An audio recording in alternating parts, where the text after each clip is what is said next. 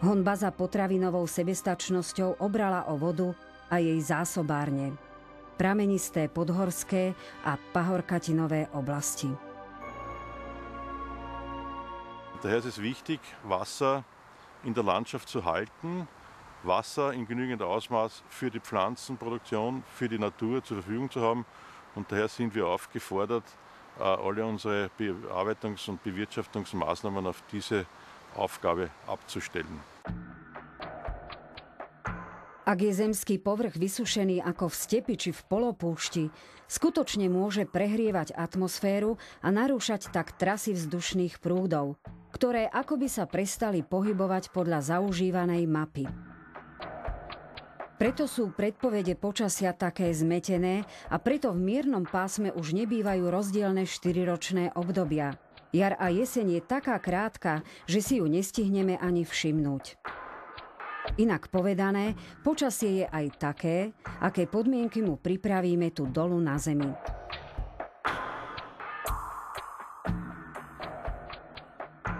Wenn wir hier die Bodenbewirtschaftung nicht ändern und anpassen, so wird diese Naturveränderungen sich in der nächsten Zeit noch dramatisch verstärken. Zdá sa, že scenáre klimatickej hrozby sa spĺňajú do bodky. Klimatológovia radia zredukovať skleníkové plyny. Považujú to za akési fatálne riešenie. Skleníkové plyny môžu síce tiež vytvárať chaos v počasí, tak ako aktívne sopky. No aj po okamžitom zastavení ich produkcie by sa výsledky ukázali zhruba o 100 rokov. Čo budeme robiť? Budeme na ďalšie drámy iba nečinne čakať? Dnes máme další letní den za sebou, je 5:30 asi astronomického času a sluníčko, které svítilo celý den, tak posílalo na každý metr čtvereční této plochy 1000 W. Takhle teklo 1000 W. A otázka je, jestli my jako lidi tu energii ohromnou, která přichází na plochy, jestli ji nějakým způsobem ovlivňujeme nebo neovlivňujeme. Můžeme si představit dvě extrémní situace, že tady je zalitá louka, rybníček a všude je dostatek vody a rostlin, a nebo druhou situaci, že to je betonová plocha. Když ta sluneční energie o síle jednoho bloku atomové elektrárny bude přecházet na tu betonovou plochu nebo na asfalt, a my si na ten asfalt šáhneme, tak protože má 50-60 stupňů, tak se téměř spálíme a uvědomíme si, že veškerá ta sluneční energie se mění v teplo. Pokud ale je tady dostatek vegetace a vody, a když si na tu trávu sáhneme nebo si do ní lehneme, tak zjistíme, že má 20 stupňů. A čím to je? Je to výparem vody. Každou tou rostlinkou, kterou tady vidíme, pokud má dostatek vody, tak protéká nejdřív voda od kořene nahoru do listu a přes průduchy do vzduchu. A to je to geniální chlazení, který tady na zeměkouli, nebo respektive na pevnině máme. Vlastně jedině díky vodě a vodní páře se ta sluneční energie může rozvádět tak, že máme vyrovnanější teploty. Tým, že sme zbavili pôdu vody a na väčšinu roka aj vegetácie, zbavili sme ju unikátnej zručnosti chladiť podnebie a regulovať teplotu. Takú schopnosť majú najmä dýchajúce, teda transpirujúce rastliny, ktoré vyparujú vodu. Práve tento kolobeh vody v prírode, od ktorého závisí náš život, je narušený. Každý druh vegetácie nemá rovnakú schopnosť regulovať teplotu. Rozdielnu teplotu a teda aj obsah vody majú obilné lány ako stromy. Když my ty velké plochy odvodníme a odstraníme tam vegetaci, potom na těch velkých plochách během dne vzniká teplo a to teplo potom stoupá vzhůru a jinde zase je chladno. Čili my vytváříme ohromné potenciály, říkáme, čili rozdíly teplot. A ty velké teplotní rozdíly se vyrovnávají dramatickými srážkami nebo rychlými větry.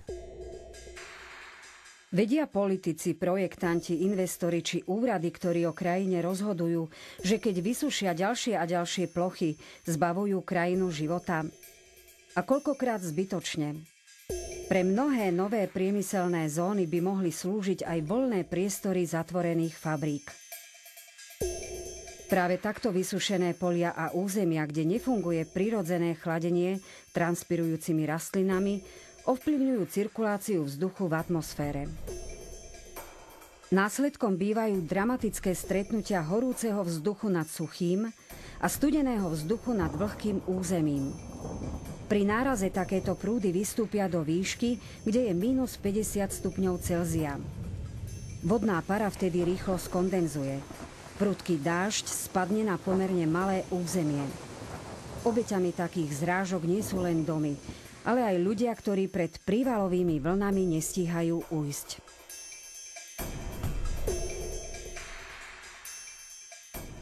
Povodně na východním Slovensku způsobil právě tento jev. Tam se setkal horký vzduch, který se ohřál na odvodněné nížině, kde nefungovalo transpirační chlazení, se studeným vzduchem, který byl nad blízkými horami.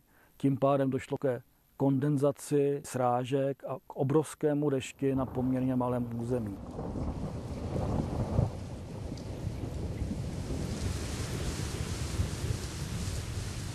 Extrémne zrážky bývajú v Európe najčastejšie po dlhšom období sucha. Teplé vzdušné prúdy sa rozpínajú nad čoraz väčším územím. Takto sa napríklad horúci vzduch zo Sahary a z južnej časti Európy rozpínal v lete 2005. Pri stretnutí s chladným vzduchom nad rumunskými horami či švajčiarskymi Alpami došlo k prudkému nárazu dvoch prúdov, z čoho nastali extrémne lejaky a následne povodne.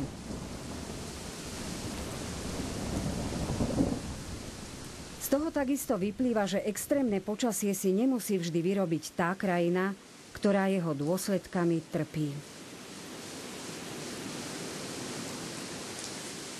Vysušovanie krajiny spôsobuje extrémalizáciu počasia a v tých analýzach hydrologického cyklu je to potvrdené. To znamená predĺžovanie periód bez dažďa, totálne suchá, hlavne jarné obdobie, jesenné a potom extrémne prívalové dažde v lete.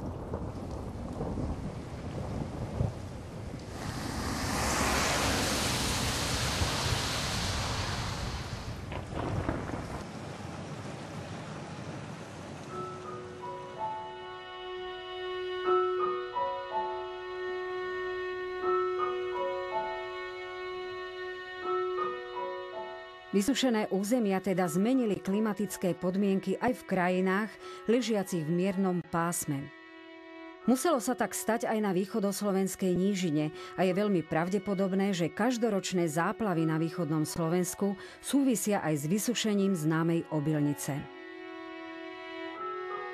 O ďalšie vyprahnutie krajiny sa postarali vodohospodári tým, že zbavili krajinu meandrov a pobrežnej zelene.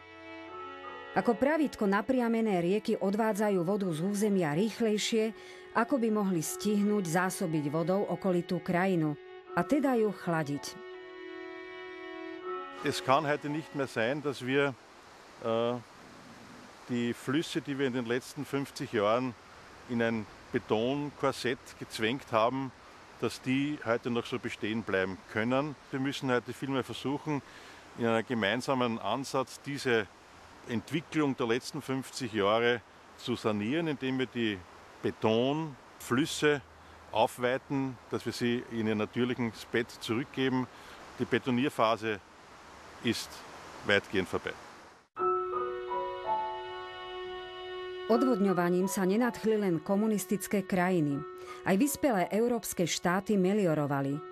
Ibaže oveľa skôr pochopili, že tento systém vodohospodárskych úprav sa nevypláca, keďže škody prevyšovali výnosy.